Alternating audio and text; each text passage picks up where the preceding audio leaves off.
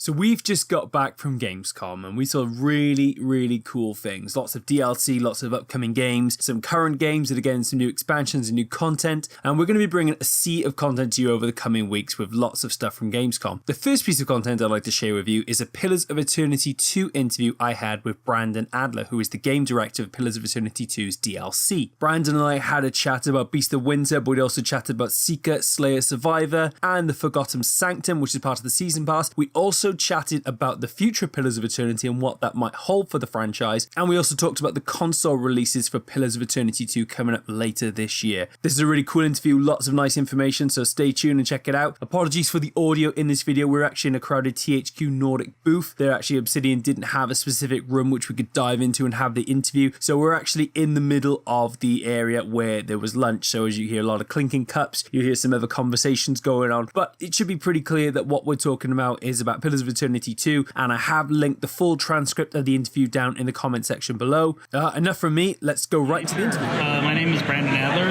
I'm the game director on the DLCs for Pillars of Eternity 2. Right, so nice. Beast of Winter. This one was actually game directed by a different individual who's no longer with the company, so I took it over. And then also the last DLC was one of game directing as well. So you've obviously taken a very different approach to DLC this time out with, obviously the previous game had the White March, it was a two-parter, you've gone for a three-part season pass. What was you thinking behind the DLC approach this time out in Pillars 2? What was your focus? Yeah, well, we wanted to give a bunch of different adventures for people to kind of go explore. The archipelago itself is a great background for like a lot of different islands that you can kind of go and explore. And what we wanted to do is make sure that like in each one you kind of got like a different story, different environments, just a little bit of a break from like the normal stuff that you're doing. So you're not seeing the same stuff over and over and over with all of these things. And so that was an important thing for us. I've just briefly seen a video of Seeker, Slayer, Survivor. What can you tell us about the forthcoming expansions and how will they continue to evolve and iterate PoE 2? So again, on each of the DLCs, we kind of want to explore maybe like a little bit different aspect of the game. Like there's a lot of things that Pillars does, and so like in the first DLC in Beast of Winter, it was very important to us that we focus on like exploration and like puzzle elements. And even like digging a little bit deeper into the lore of things. So we made sure that we focus on that. On this one, we're really focusing on like the combat. I'm trying to explore like how far can we take the combat systems? Like what kind of stuff can we be doing with this? What kind of cool encounters can we be setting up with this? And then the last one, it's going to be more of like focus on like how to build like the best dungeon experience.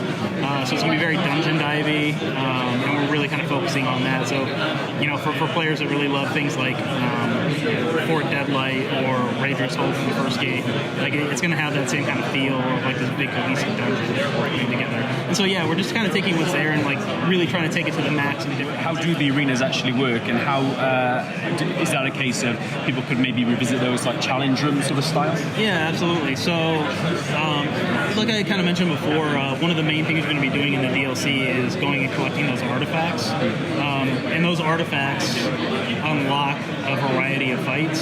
So anywhere from like 1 to 3 fights per artifact that you find. And so you're going to go through like that entire sequence of fights. And usually they're tied together in terms of like story a little bit, what that means. And at the very end you get like the big bonus if you like to take out all of the fights. You're like, all right, cool, here's your cool like loot piece that you can get out of that. So while those things are unlocked, you can actually run through them multiple times. Now, you're not going to really unlock any new, like, new loot or anything like that, but they're available for people to kind of go through, like, over and over and over. They are an important aspect of the DLC. They're not the only thing that's there, though, so, like, while it is core to the game, like, to get through the critical path of the DLC, you're going to have to do a bunch of these fights. There's a lot that are just, like, side content that you never have to do if you don't really want to, but they're there if you want to go really exploring the archipelago and finding all the artifacts and bringing it back. And also, I read a bit about the fact that it might have more of a nautical focus as well with ships. Is that the case, or is it more? No, we're not really pushing on that. Like the base game itself is taking the focus on like revamping some of those systems. It was a big point of feedback from our fans that like they weren't really necessarily happy with how the nautical combat and stuff like that really played out. So we're actually revisiting that, like looking into that. Josh is actually heading that up and looking into that stuff. While there are some small elements in Seeker Slayer Survivor, as in like you're going to be on an island, so you can actually like sail around to it and do other things like that. There's not a real big focus on that. And is the aim still to kind of release in September, or to perhaps you revisiting that release date? Currently, we are trying to hit September. It could slip into October, but it would be like very early October. If that's what happens. Okay. Are you able to talk a bit about the Forgotten Sanctum? A little bit. So like we're not really ready to talk about it too much, but I can give you like a little bit of a heads up as to kind of what we're thinking for that. Well, I mean, just lead to some of the questions. Obviously, we know it builds on character choices. Can we expect a bit more of that? I will say, like, again, without spoiler stuff, I think the choice at the end of that one is going to be really, really cool. People are really going to be digging it. So each of the DLCs kind of focuses on one of the gods. So this one is obviously Gallowayne. The first one was Rimmergan, and the next one I can't talk about who that is, but like, it will be one of the gods that's kind of more mysterious and people will want to kind of learn about it. What I can really kind of get into it is spellcaster focused. So for folks that are spellcasters, really enjoy spellcasters, they're going to have a lot of cool little things to dig around in, new spells, things like that. Lots of new equipment for them. We also again have like a big focus on like the dungeon diving aspect of it, delving overall. So that's going to be a really big part of that, and how we kind of explore those different spaces. The archmages themselves, like so I think we already talked about this a little bit.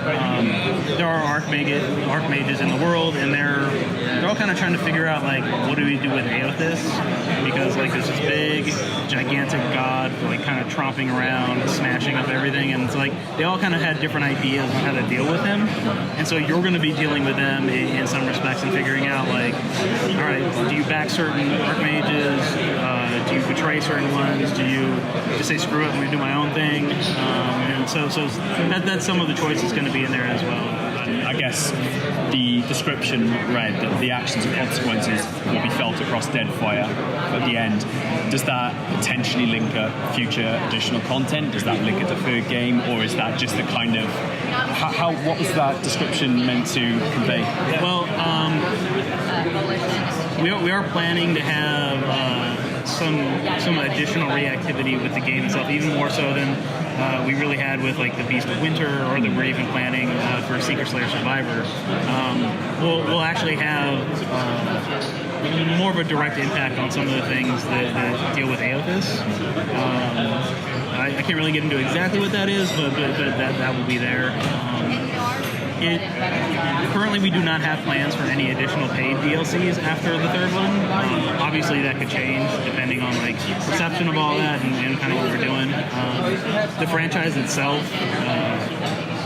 there's a lot of different things I think we want to do with the IP, and it's not even just only isometric games. We really want to support the IP long term in a lot of different ways. So, like, I know Josh, he was talking about potentially doing or pitching like a Final Fantasy Tactics type game using the Pillars universe, and doing a tactics game like that. I know there's a lot of people at the studio that want to do something in the vein of like an Elder Scrolls, but using the IP for that. So there's a lot of things we're kind of exploring for that. And for the third game, we're still kind of just talking about all that, and it makes sense for that. Yeah, I haven't got any details on that yet. Are you continuing to release free DLC for the game beyond this point now? Have you got can you talk a bit about what that might be? Yeah, sure. So we just released, at the same time we released Beast of Winter, I want to say that is the last big announced pack of free DLC, which was the Death of Many Things. But we have a lot of future plans. We want to continue supporting Pillars too for a while. One of the things that Josh is kind of heading up is the God Challenges. So we've released 2 of them already. One of them is like a Barrett's Challenge, which I think is if you are knocked out for more than 6 seconds, your character dies. And you can also, there's the challenge, I think is the Mogren's Challenge, which you can't pause the game, and you can't put it in slow mode. And And so we have a bunch of challenges kind of like lined up, like one for each of the gods. They're kind of to give like, excuse me, some additional challenge to like advanced users. So if they're like, yeah, I played through the game, but I kind of want to try it like in a different way, you can kind of like stack all of these things as well. So if you wanted to do all of the god challenges, like you could do that. You'd make the game like basically impossible to finish yourself. But like we're adding in mega bosses. So I think our first mega boss, which should be like the hardest fights in the entire game. And I've seen a few of them. We've actually had some of the bosses fight each other just because we thought it'd be fun.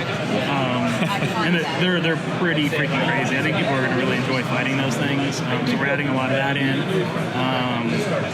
We have a lot of like just general, I don't want to say fixes, but general improvements that we're making, like quality of life stuff. So users had kind of said like, hey, the enchanting system, it's kind of confusing. We're not really sure like how some of the stuff works. So we're actually going to be revamping that a little bit, just again for ease of use and communication on that stuff. And so there's a lot of like things over the course of probably the next year we're going to continue adding into the game because again, just like in Pillars 1, people really enjoyed that we put a lot of additional effort into putting a lot of quality of life stuff in afterwards, and we're going to continue doing that as well. And I guess that sort of feeds into the console releases as well. Yeah, so we do have the console releases. I don't actually remember the exact release dates or if they've been released yet. I think it's towards the end of the year. Yeah, I think I read 2018. Yeah, like Christmas time frame, I think is when we're aiming for that. And I think we actually just announced the Switch version as well. So we should be doing PlayStation, Xbox, and Switch. And it should control and feel pretty similar to how like the Pillars 1 console version did. So if you're familiar with that, it'll control in much the same way and feel very similar. Obviously, you got the Switch version, which is completely different. Well, yeah, that one's on its own. Like, I'm gonna be honest, I don't even really know that one yet. We talked about all the stuff with that. Now we're gonna put that over, but yeah, that'll definitely be interesting to figure out how that's exciting. That's a game of that scale and handheld form. Yeah, be incredible. It should be fun. Yeah. Well, thank you so much for that. I really appreciate your time. Yeah, it was a lot of fun checking it out, and I'm really looking forward to actually playing the game. Awesome, man. Well, it was cool meeting you.